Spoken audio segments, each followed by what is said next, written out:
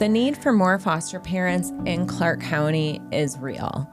On any given day, we have about 3,000 babies, youth, teenagers, sibling groups that really need loving and supportive foster parents while they're temporarily in foster care. There's many steps that foster parents go through in order to prepare for this crucial role that they take on. And really the first step that anybody's going to take if you're interested in becoming a foster parent is first registering and going to a foster care information session. You can do that at clarkcountyfostercare.com, and we have information sessions all over the valley, 7 days a week. So we hope that you can find a location that fits your needs. After you go through the information session, you'll have the option to be fingerprinted there, get your background check done, and that is one of the lengthier processes. So we recommend that you do take care of that right at the information session. And then probably the most important piece of becoming a foster parent is the actual foster parent training that you go through. The training really prepares you to take on the role of the foster parent and care for these children in need. Today on our Foster Leader podcast, I am joined by Andrea Martinez, who is with Raise the Future. Raise the Future does all of the foster parent training for Clark County. So Andrea, I'm so excited to welcome you into the studio today and talk all about foster parent training. Thank you so much. We are so excited to be here to chat today. Absolutely. So why don't you get us started talking a little bit about Raise the Future, what you do, and this partnership that we have for Raise the Future to do the training. Absolutely. So Raise the Future really exists to connect youth waiting in care with adults who will become the stable forces in their lives. We truly believe every child deserves a connection to a loving, caring adult, and we do that through multiple programs. So we have really amazing programs with our recruitment teams who support youth in care, trying to find connections for them. We have amazing family support programs that really work to help decrease the lifetime a child is in care, and really to provide training and support to caregivers and professionals as they navigate whatever part of the journey they're on within foster care. We do everything through a trauma-informed wraparound services lens, anywhere from working with the kiddos to the caregivers, professionals, all of that. So we do great programs like in-home coaching. We have an amazing sensory space and training space at our office, which we get to use in partnership beautifully with DFS, where we do all of the licensing training for foster parents. So they come to us, they go through all of the training, and then we work very closely with DFS just throughout the entire process. And then families come back to finish the licensing process with the DFS team. Wonderful. And so before we get into the details of that foster parent training, which is like such a big part of preparing to welcome children into your home, let's talk a little bit first about what do foster parents do? What is the role of the foster parent? Absolutely. Foster parents play a crucial role in the life of a child. First and foremost, the top priority truly is to create a safe space for these children, a safe, nurturing environment for them to really come in a space that is really just faced with uncertainty for the kiddo. If they have school-age children, it's really important to make sure they're staying on track developmentally and they're really learning to their best potential in school. It teaches them things like how to regulate their emotions, healthy sleeping habits, teaching them how to advocate for their needs, and again, just really providing a safe, nurturing environment for them. A big piece includes doctor's visits, sibling visits, visits with the bio parents, and really any other appointment that's necessary for the child. It's also really important to give them as much of a sense of normalcy as possible. So it's normal for a kiddo to want to play sports, to have a cell phone. And so it's really important to create a relationship so that you can say yes when it's safe and appropriate. And then really just a great way to build relationships for when some of those no's are a little bit more necessary. But they really can just expect to build relationships with the kiddos to support whatever path that child is on in their journey and care, supporting reunification efforts with the bio families, and again, really just being there to facilitate whatever the child needs and to be the safe space for them. So really, our foster parents are taking on that temporary role, because of course, the goal is always reunification. So while the child is in foster care, Family Services is working with that biological family to support them as they strengthen their situation, go through their reunification plan. So that way that child can be welcomed back safely into their home. So really, that foster parent is doing anything a parent would do, like doctor's visits, school, getting a child to school, helping with homework. I love that. And then you mentioned the sense of normalcy, right? Like these kids that have already been through trauma and abuse and neglect, they just want to feel what most kids feel, what it feels like to go to school for the first day, or, teenagers like getting their first job or falling in love or starting a bank account, or even just being able to participate in those after school activities. So we hear from foster parents all the time that really the key to it is like just providing for that child as if they're your own. And I think you mentioned too that one of the roles of our foster parents, and we'll talk more about this later, is supporting those biological families with reunification. So it's a lot of responsibility. Absolutely. It's a lot that goes into it. But Raise the Future, Family Services, we work together to make sure that people who become foster parents are very well equipped to handle these situations. So let's do a deep dive into foster parent training. What are some of the topics? What are families learning? What are the takeaways that they get from foster parent training? Absolutely. It's so much. It really is. They learn such a variety of topics. So they go through 7 topics total, and each of them dive very deep into what they would be, experiencing with the child. So they go through things like loss and grief that the child experiences when they're removed from a home, how trauma affects brain development, how to effectively and appropriately manage a lot of the behaviors that they're going to be seeing with the children that they welcome into their home. We teach how to ensure sexual safety in the home, the importance of placement stability and cultural humility, because often you will be placed with a child that is from a different culture. We'll get into that later as well. We also talk about the unique circumstances that teens face. We also discuss LGBTQ plus teens and pregnant teens and all of the nuances that come along with that and how to best support them. They also learn how to best prepare that youth for transition back to the home with the bio parents when it's safe to do so. So they'll learn the importance of connecting with the child and building a loving and trusting relationship. So in those sessions, every session, it's very interactive. The trainers are amazing. They really make sure that they're not only teaching the material, but they're really letting these prospective parents put them into practice. So every session, families will fill out reflection sheets to really take everything they've learned from that session and any of the previous ones and really put it into potential real life scenarios for them to kind of put that work into action to give them a good glimpse into what they'll think about experiencing.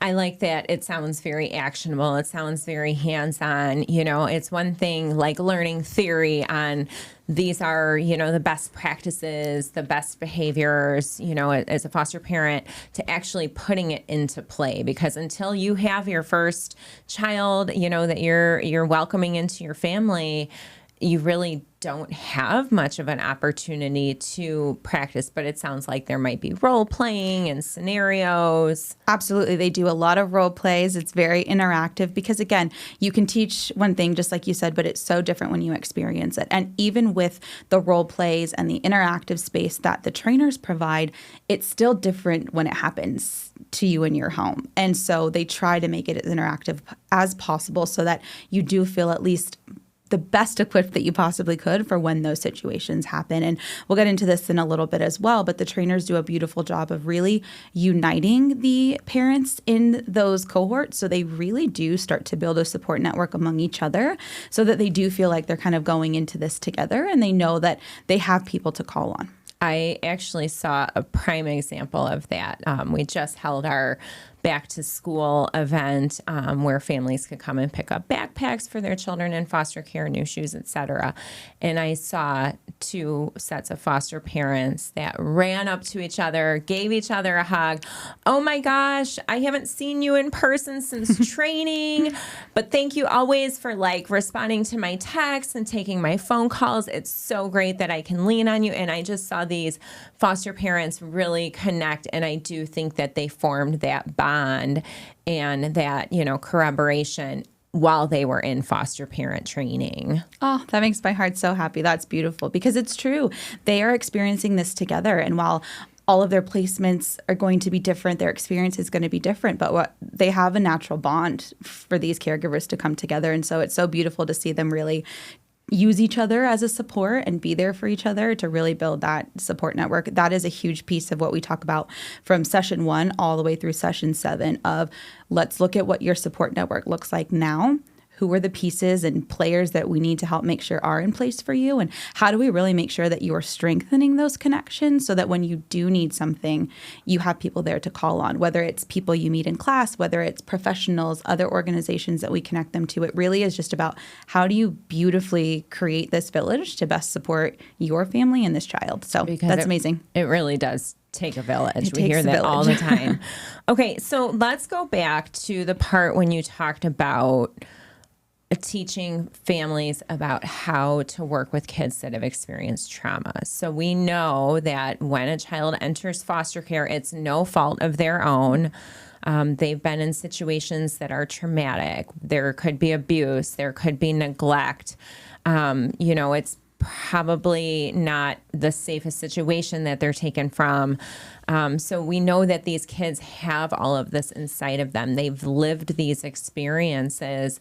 And so it's important for our foster caregivers to really gain an understanding of how trauma affects children, because it affects children differently, each child differently, individually, but then you kind of see these developmental stages. There's different developmental stages. So like how trauma affects a baby might be different than how trauma affects a middle schooler or a teenager. So tell us some tips, what are some of the strategies that you have throughout these developmental stages, and what are kids going through?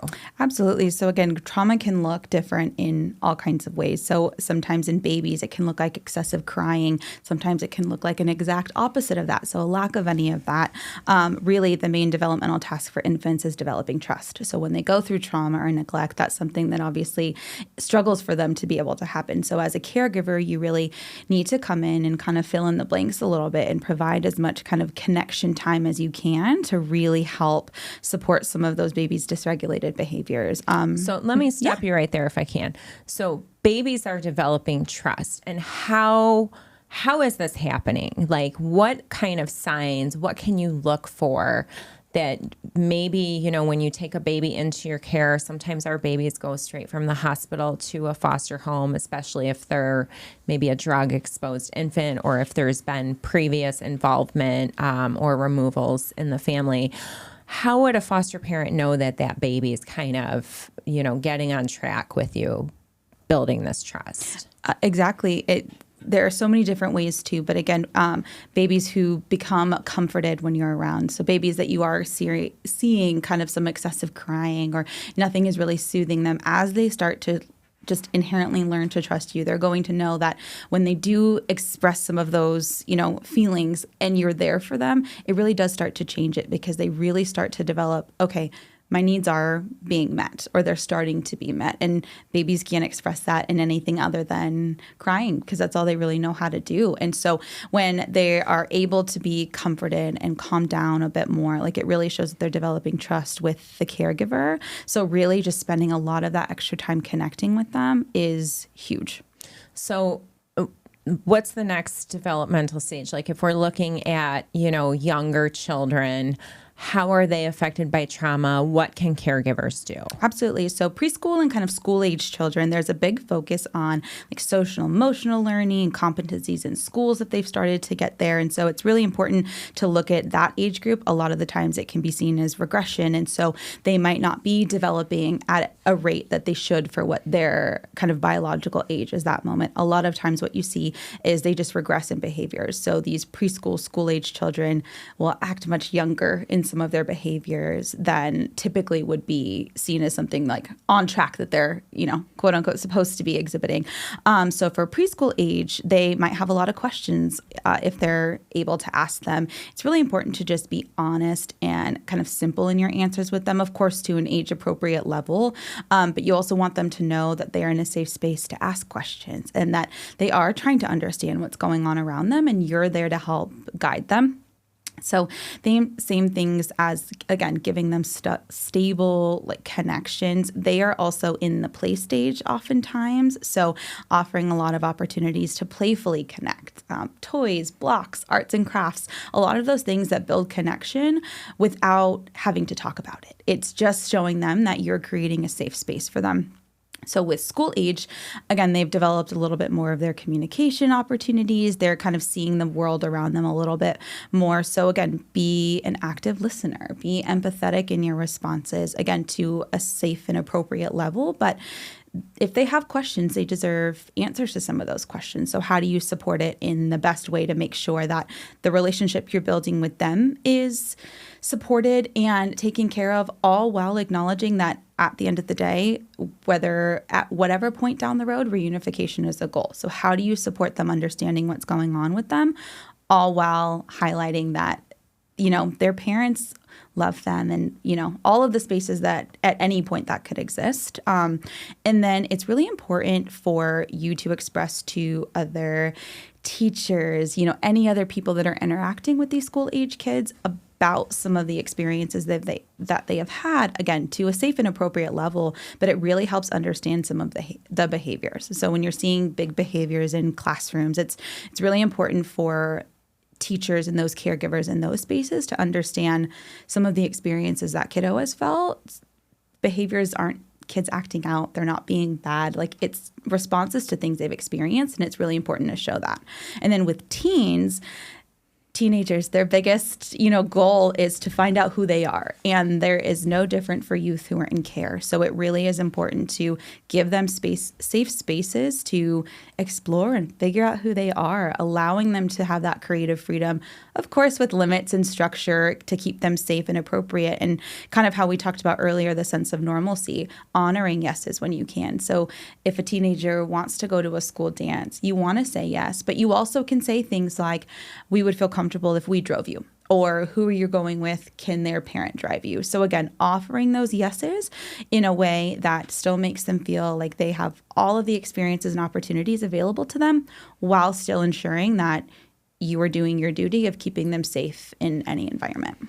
And then I think too, like, as people parent, or as they are a foster parent and they're caring for a child, you kind of do get this gut feeling, this sense that something might be a little off, or we might need a little help. And building up that support network, you don't have to go through this alone. When you are a foster parent, or really any parent, having that support system behind you, being able to bring the child to the doctor and talk about possible developmental delays. I noticed my preschooler really struggles with, getting dressed, or maybe they aren't able to use all of their, fingers or their motor skills to do the same things, where they should be developmentally. So no matter what it is, we always recommend our foster parents ask for help, get help from your doctors, therapists, caseworkers, anybody that is involved in that child's life that truly cares about that child. Because all of these traumas and the neglect and the abusive situations that these kids have been through are going to manifest in different ways for each child. So I really appreciate that you do a deep dive on what trauma looks like, how to help these kids developmentally, and of course, having foster parents talk with each other, talk with their support systems. That's huge too. So there's got to be strategies. We know that, that each individual instance is going to be unique, but what are some overall strategies at these developmental phases? Yeah. Again, they all go back to kind of what we were talking about. So when you've got young kiddos with any age, the whole goal is connection. That's often what these kids don't have when they are in these situations, or their connections are broken, or their abilities to develop trust are broken. So at the core of it, it's really just building relationships, connecting. Take time to learn about the kiddos. Take time to understand what they like, what they dislike. Make opportunities to give them experiences in those spaces. Because how we mentioned earlier, you're taking the role of parent for however long they're in your care. And same with doctor's visits, teachers, all of that. You are not only teaching the child how to advocate for themselves, but you are their voice. Whether they are older or younger, no matter what it is, a child oftentimes doesn't know how to express all of the things that they need. And when they've been in care for an extended period of time, that voice kind of diminishes a little bit. Or it comes out in big behaviors and ways that maybe aren't the most productive at times, and it's not getting their point across to someone that they're working with because it's just kind of hidden behind that. So really just take time to learn the child. Take it slow, work with them, take time to understand them, and also at the same time, give them opportunities to learn about you, because really that's how you're going to develop genuine connections and relationships with them. Developing that trust. And I think also providing stability to children through routine. Routine is so important. These kids that are in care have, I think it's safe to say, many of them have lived unpredictable lives. So providing a stable routine, doing the same thing at bedtime every night. Let's go brush our teeth. Let's grab a book. Let's cuddle up and read together. Maybe it's establishing a morning routine that's followed every day before school starts. But I think that giving these kids some structure and something where they know what's coming next. When a child can predict, this is what's coming next in my life, it gives them that stability. And I think that also helps them build the trust. Would you agree with that? 100%. You look at the experiences that a lot of these kids have had, and it's not rooted in a lot of routine or stability. That's something that they unfortunately lack in certain situations. And so when they're coming to you, they're craving that. They may not know how to express it, but they do. Again, from babies to teenagers, they all crave to feel a sense of belonging. I mean, any person does. And so by creating the routines and incorporating them into those routine decisions, I think is also really important. So, if you read books at bedtime, let them pick out the books. Or if you listen to a song when you brush your teeth, can they pick the song? So again, developing those routines, but then including them in that, because whether they are with you or for a short period of time or a long period of time, they're entering your family. And it's so important to make them feel part of that, whether it's, again, short period or a long period. You're there to connect with them. They are part of your family, and really making active steps to include them in that is huge. Absolutely. Okay, so we talked a lot about, how to help children through this process, but I also hear from foster parents that have been through training that they are challenged to identify their own triggers and look at their own stressors, look at their coping styles. So why are we challenging our foster parents to look at themselves through this process? Absolutely. They get deep in training for a lot of reasons, because what these children are going through is deep, and it's important for these prospective parents to really get true deep understanding of what they go through, but you're being put in a situation you've never been put in before. And whether you are entering the space of becoming a foster parent and you have had kids or you haven't, these are brand new situations. So it really gets them to take a look at their own selves. When you're talking about trauma and all of these challenging things, it's inevitable that it's going to bring some past things up that you may or may not have realized or remembered. So we offer a lot of support for the caregivers as they're going through this, as they kind of address their own traumas and triggers and what they realize, because it can be a little bit tough. It brings up some tough things in class, but it's important to address that, because if you as a caregiver aren't understanding what some of your traumas and triggers are, you could potentially be adding additional traumas to that child. If you're not sure what triggers you, how are you going to be able to support a child when they're going through that? So just as we want children to be aware of what some of their stressors are, their triggers, so that we can manage those big behaviors or those emotions that they happen, it's just as important for the caregivers to do that for themselves as well. If there's a situation where a child is triggered by something and it triggers the caregiver as well, chaos is likely going to be the result. And at no fault of either party in that moment, but it's tough to come back from in that space. And so we really want caregivers to look deep within themselves, because if they don't learn how to regulate their emotions, they're going to have a really difficult time helping a child regulate their emotions in difficult situations. And so we can't regulate children if we're dysregulated. So we really want them to look deep into themselves to really be prepared for when some of these big behaviors are happening. So we teach adults in our classes that some of the same coping skills that we encourage them to use with kiddos are just as effective on themselves. So practicing breathing exercises, journaling, getting some fresh air, knowing what those are, creating kind of safe words within your home of, okay, this situation's getting to be a bit much for me. I need to take myself out of it so that we can all take a minute to calm down, and it's not going to end in chaos or in, people feeling upset or hurt. And then again, going back to your support network, really understanding who your village is, because they're going to be crucial in these moments of stress, and they're inevitable. Big behaviors are going to happen for the caregivers and for the children. And we never want to scare anybody into, entering, potentially fostering. It's a beautiful thing to do, but we really do want caregivers to be as prepared as they possibly can when they leave our classes. I think that's important for caregivers to really look inside of them. Like, what does trigger you as a parent? What will upset you? How do you deal with it in the moment? And if you can recognize that, oh, I'm being triggered right now, I need a moment. Hey, let's everybody just table this for now. Let's go take 5. Let's everybody go to our own rooms for a minute and take some deep breaths.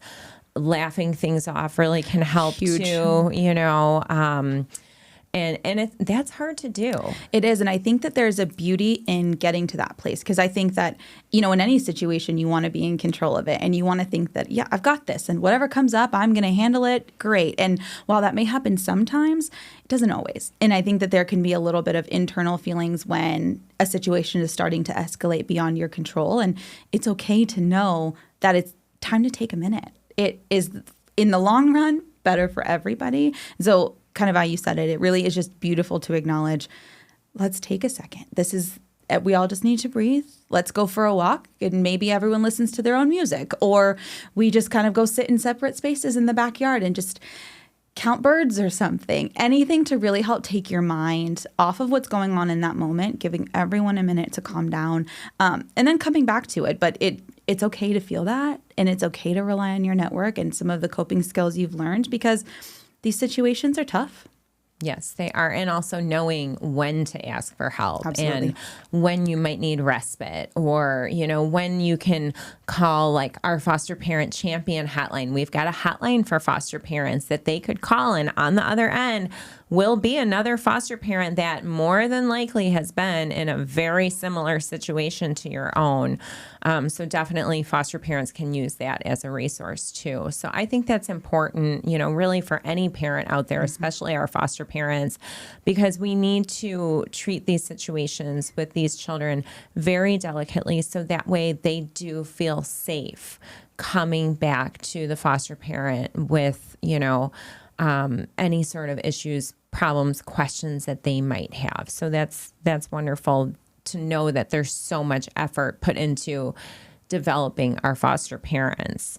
Okay, so let's say you're a prospective foster parent. You're going through training. You're all done. You complete the coursework. Your home is ready. You've passed our home licensing, which, people think, oh, the home licensing, they're checking, I've got to have my home spotless. We're really looking to make sure that medicines are locked up, that cleaning supplies are locked up, that if there's any sort of weapons like firearms in the house, that those are locked up separate from the ammunition. These are all Nevada state laws, things that we have to look for. So we're not looking to see, have you done your laundry this week? So I just want to clarify that for anybody out there. But your home does go through a safety inspection. We have a responsibility to ensure that these children are going into a safe home. So let's say you pass the home inspection, you finish your training, you get your license, yay. Now you're ready to welcome a child into your home.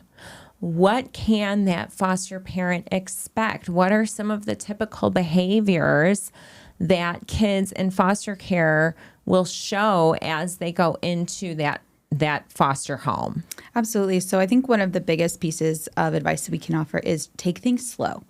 Offer voice and choice to the child. It's going to take time for you to get to know them as well as them to get to know you. So it can be really exciting for these foster parents when they are ready to accept a child into their home, and they're so excited to show them love and be there for them. But it's really important to remember that this is a brand new situation for that child. And while you may be excited, they're a little bit hesitant. They're nervous. They don't know this person. They don't know this home. And so it's really important to, again, just kind of take things slow. You don't want to overwhelm the child with, all of this energy and all this excitement and big, huge smiles and hugs while you are excited, and that's beautiful. You really just kind of want to be mindful of what the child is walking into because they're going through something tough. So again, empathy and calm kindness is just so important.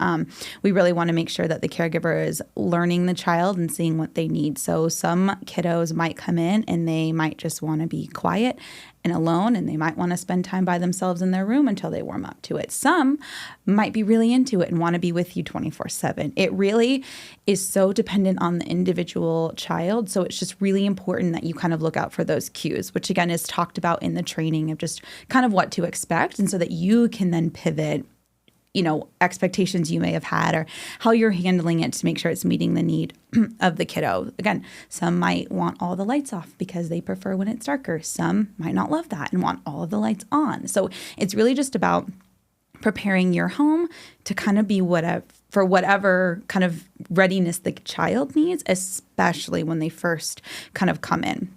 So, and I think it's important too for our foster caregivers to remember that even though we know that child was ultimately removed from the home because an investigation led to a determination that it is not safe for that child to be at home with their biological family, to that child, that is still their family.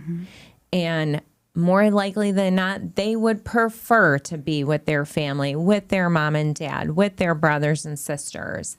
So I think, sometimes we get into that like foster parent superhero mentality of, I'm giving them a much better situation. It's got to be better here. But we have to remember that child still loves their mom and dad. They want to be with their mom and dad. And it might take a while for that child to open up to, especially our older children, our middle school children, our teenagers. Unfortunately, our foster parents hear things like, you're not my mom, you're not my dad. I've heard from some foster parents that say, that's fine, to consider me more like an aunt or an uncle. I'm here to help you out in the meantime while you're temporarily here in my care. And so going into foster parenting, each child almost having like in your mind a blank slate, having no expectations, but being able to read those cues that you mentioned. What behaviors are they displaying? What might be scary to them? What might be comfortable to them? And I've heard from a foster parent who's nicknamed Uncle Bruce that he said when he works with the teens, he's just like, hey, let's go to the grocery store. Let's get some food that you like. Here's the rules of the house. And when you're ready, I'm here for you. If you just want to hang by yourself, that's cool too. But when you're ready, know that you always have me here. And he says, it takes a couple weeks for these teens to open up and come to them. But he said he's got relationships with kids that have reunified, that have aged out, that are in their 20s, that he's still in their lives. And that's amazing. It's so beautiful because you really do. These connections will last a lifetime with this child and hopefully with their entire family, because as we've said, reunification is the ultimate goal. So how do you support the child while they're in your care, preparing for them to reunify back with their families? And again, these connections can last a lifetime. You're a cheerleader and a support for this child, but you are also a cheerleader and support for the family. And when we talk about a child essentially uprooting their situation and coming to you. Something we always encourage during training as well when, prospective parents are really digging deep is potentially taking in sibling sets if you have the capacity in your home to do so. Because already these children are going through something traumatic, being taken from a home that they, as you beautifully said, would rather be in. Their siblings are another piece of connection that they oftentimes lose because they aren't placed together. So we always encourage those in our trainings to, if you have the capacity in your home, if you've got the love in your heart, then consider taking in sibling sets to really just avoid any additional traumas and separations for those children to just stay together. It's, again, a sense of normalcy and connection that they would otherwise be missing. Yes, keeping the siblings together is so important. This year is the first year that we've actually seen a pretty large uptick in foster parents that are becoming licensed for more than 2 children in their home. So thank you for focusing on that. There's a huge need to keep sibling groups together.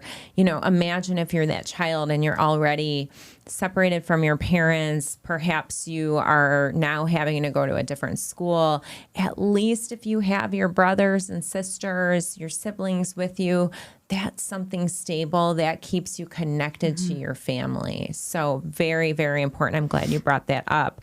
Let's talk about foster parents that have children of different cultures, welcoming them into their home. Because ideally, in the perfect world, we have so many foster parents on reserve ready to welcome kids in that we could say, we have a child that completely matches your culture. But right now we don't. We have such a shortage of foster homes. And our goal right now is to get kids off of our Child Haven campus, which is our congregate care emergency shelter. On any given day, we have about 75 to 85 kids waiting for a home, lots of sibling groups there. So we are just at the mercy of getting these children into as appropriate as possible placement setting. But if we had a surplus of foster homes, we could connect them culturally. So what do you do as a foster caregiver if you are welcoming children into a home that maybe are a different cultural background, a different religious background? How can you support that child's identity? Yeah, that's a really great question. We also have an entire session during the 7-week training that addresses placement stability and cultural humility that really helps families feel supported to, be with children from any kind of cultural background. So it's a great topic to talk about. And I think the biggest thing we can say is learn and be open. It's actually really exciting. If there is a child in your home that's a different culture of your own, it's a great opportunity for you and your family to learn. Ask the child about their traditions, ask about their family origins and cultural norms, and really try to find ways to incorporate that into the life you are building with this child.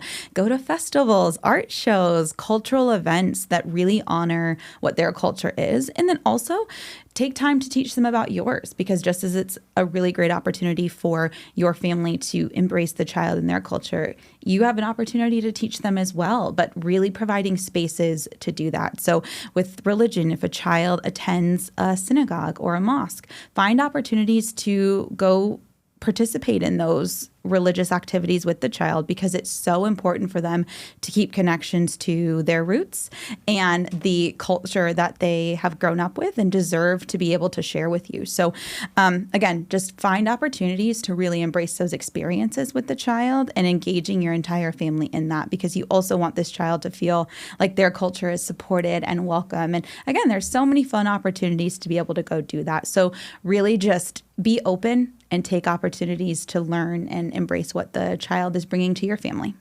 And I think you said earlier that especially like our teenagers, our middle schoolers, they're really searching for their identity. And so we don't want to rob children of this super important piece of their identity. If anything, we want to strengthen this part of their identity, connecting them with their roots, you know? So it may be seeking out the right kind of hair salon so you can learn how to support and do their hair. It might be going to different cultural celebrations, or holidays are a big thing in foster care. You know, I think during the holidays, one thing that we always try to say is, you know, ask the kids, what are your traditions? How do you celebrate the holidays? And what do you want to do? Is there something that you can introduce to our family that we can celebrate the holidays like how you're used to doing? But then also defining, these are the ways that we celebrate in our family, and you're more than welcome to join in our celebration too. Absolutely. So, okay, we talked a little bit about reunification. Let's go back to that, because our foster parents are wonderful in knowing that foster care is temporary. The goal of foster care from Family Services is always to reunify. When a child is deemed unsafe in their current situation, Family Services unfortunately has to remove the child from the living situation with their biological family. But the court, the caseworkers, they are working with those biological parents to strengthen the situation. These parents might be going to parenting classes. They might be going through substance abuse treatment. They could be getting domestic violence services. They could be getting housing services, employment, you name it. They are working really, really, really hard in order to get their children back and welcome their children back into a safe situation. And our foster parents are amazing in helping those biological families achieve that and be successfully reunified. What are the key steps that foster parents can take in supporting reunification? Absolutely. It's so important, because you laid it out perfectly, that this is a temporary space, because the goal is to get these children back with their families. So there's a huge focus on that during training. There's an entire class focus on transitions and how to best prepare the foster parents to support the children in the biological family. So again, when it is safe and appropriate and you're working with your team at DFS, taking the kiddos to visits with bio parents if possible, when and supporting that relationship. So supporting the visits, making sure that you're making time for them. That's so important for these kids. But also when they're in your care, talking positively about the relationship, coming to it with a really respectful and non-judgmental space is absolutely a given. You need to be, again, cheerleaders for this entire family. You are a support and advocating for the child when they're in your home, and making sure that their needs are being met in a safe way and helping them to advocate for their needs. But you're really advocating for their entire family unit. So always approaching conversations with respect and positivity, and making sure the child feels supported along the journey, and knowing that the goal is to get them back with their families. So again, we talk a lot about shared parenting. It's really important for the foster parents to be able to form a relationship with the biological parents, of course, when safe and appropriate. But that relationship is key, because then that child, depending on how how long they're in your care. Again, you're spending all this time building connections and relationships with them. You want them to feel like this is a positive. It sometimes can be tough for the kiddo. They spend time with this, foster family, and then they're heading back to their biological family. They are excited about it. They should be excited about it. But sometimes there can be some feelings about having to pick sides, or what does this mean for either relationship? You really are there to support that. Whatever this child's journey looks like, you are there to support them and their family. And it's never about, well, our family or your family of origin. No, we are all here to support you together, and you are strengthening this child's village going forward. And so it's so important to build that narrative with the children in your home, because you're building their support network for future. They have multiple families who will love them and be there for them. And so really creating that narrative is so important, and just being really genuine with the relationships. And again, open and honest with questions when safe and appropriate, and just really being there to support the child and their family. Yeah, I think that's such a good point on when it's safe and appropriate, like almost considering that bio-parent like these co-parents of yours, because that bio-parent is going to know a lot about that child. They're going to know their favorite meals. They're going to know what their favorite Saturday morning cartoon is, what subjects in school are more tricky for that child, So when our foster parents and our bio families can safely talk with one another, have unsupervised visitations, visitation is essential to reunification. We know there's so much research done on the importance of visitation and having that space for the family to come together, that those biological families, they are going to work harder when they get to spend their time with their kids and see their kids on a regular basis. And so involving that biological parent is key, the whole step from day one all the way until reunification. Lean on that biological family to give you information about the child that you just might not know, share in the success that the child is having in school, invite them when it's safe to do so to the events that your family is doing. I have one foster family. It's a beautiful story of reunification. It's actually called Road to Reunification. It's a video on our Clark County YouTube page. And one foster dad had, 5 of the older kids. Another foster family had 4 of the younger kids. It was a sibling group of 9. And foster dad invited over the other foster family, the biological family, every week for a big family meal. They'd spend all day playing basketball and playing board games and cooking a meal together. And that family, they reunified. They kept working. They told their kids, you are worth it to us. We are fighting for our lives to get you back. And I really, truly believe that they were able to do so successfully because of the support that the foster parent gave. So I want to make sure that anybody out there considering fostering, please do it to strengthen our families so that way kids can go back home. I know a lot of people think, I want to foster to adopt, and that happens too, but let's give it the benefit of the doubt when you are working with that family that they are taking the steps to reunify. Absolutely. So that's my advice for anybody thinking about becoming a foster parent. What is your advice for anybody thinking about becoming a foster parent? Absolutely that. Do it. It sounds scary. And again, in the trainings, we go through a lot of tough things. It's not meant to scare anyone. It's really just to help best prepare you for potential situations that you could encounter. But you won't regret it. It will open your heart in ways you could not imagine. It will just change your perspective on what it means to serve others and to just be open. So just take the classes, start the process, go to an info session. If you go through all 7 weeks and you decide, this isn't the right time for my family, all you will have lost is the time. You will have gained so much knowledge just in the courses that will teach you not only for potentially fostering, but it really teaches you how to work with others. It teaches you to have more of an open heart and an open mind. The only thing that you will lose is the time you come to the class. You will gain so much. It also teaches you about your support network and just really understanding the world around you. But do it. just come to an info session, come to the classes, ask questions. We're here for you, but you can change lives, and it can be so, so powerful. And you're not alone. That's the biggest thing that I can say is between the amazing team at Raise the Future, the amazing team that you will gain with the other families in your cohort, the amazing team at DFS. Foster Parent Champions is a great resource. We always refer them. There are so many other organizations in the community as well. You are not alone. You won't be alone. So just take some time to learn about it. Great. I love that. And we do have a couple different training models because I know we've recently revamped the way that we are recruiting for foster parents, the way that we're training them. We're trying to make it easier for families to get through the process. When you come to an information session, you can get your fingerprints done right there.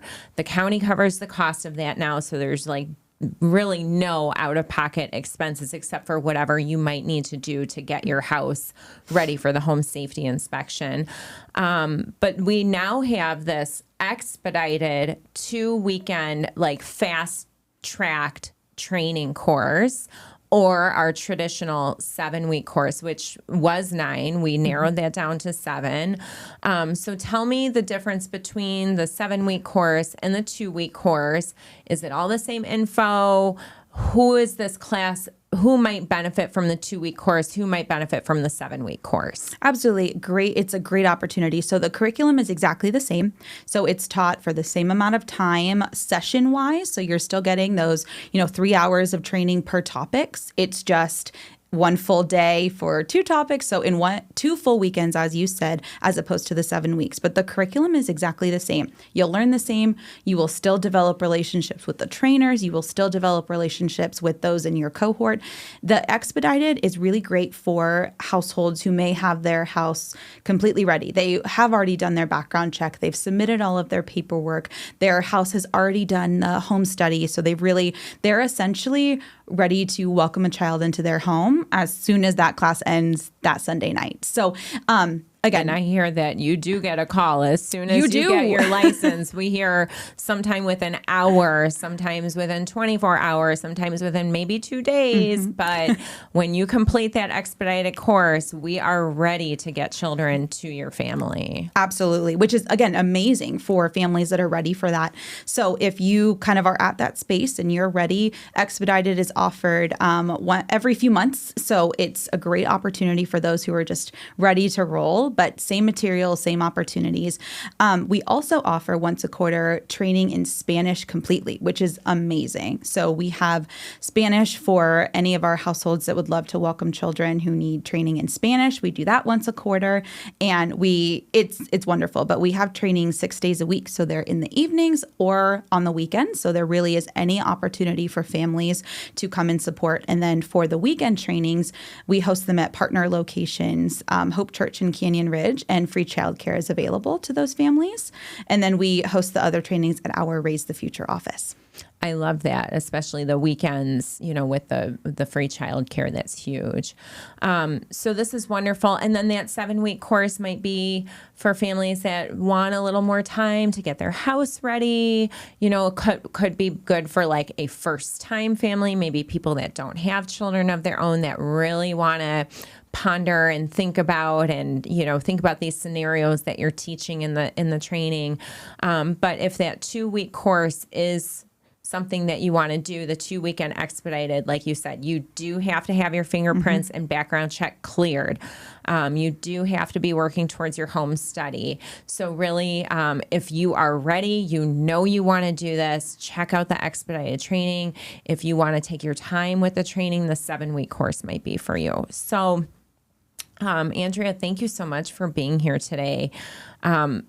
Becoming a foster parent, it's really an incredible experience from what I've heard from our foster parents. It's a journey that you do not walk alone.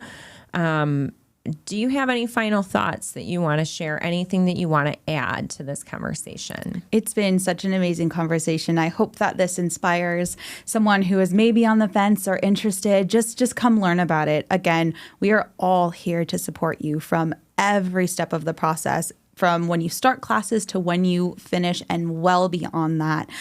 We are here to support you as to change a child's life. And if you have gone through the training and you have gotten licensed and you have welcomed kiddos into your home and are interested in any of the other services or programs that Raise the Future offers, you can visit our website at raisethefuture.org. But we are so grateful for our partnership with the Department of Family Services. We work so beautifully together, just really to support these kids and families. And we're so grateful to be along for the ride.